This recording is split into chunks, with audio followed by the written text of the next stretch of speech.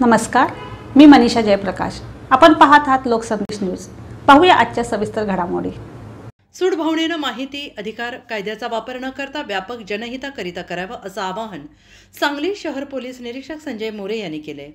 शासन निर्णयानुसार 28 सप्टेंबर जागतिक माहिती अधिकार दिनानिमित्ताने विविध जाणीव जागृती उपक्रम करण्याचे स्पष्ट निर्देश देण्यात आले आणि त्यानुसार माहिती अधिकार अभियान यांच्या वतीनं माहिती अधिकार कायद्याविषयी सांगली शहर पोलीस स्टेशन परिसरात पोस्टर प्रदर्शन भरवण्यात आलं। प्रदर्शनाचे उद्घाटन पोलीस निरीक्षक मोरे यांच्या हस्ते करण्यात आलं आणि यावेळी त्यांनी माहिती अधिकार दिनाच्या सगळ्यांना शुभेच्छा दिल्या।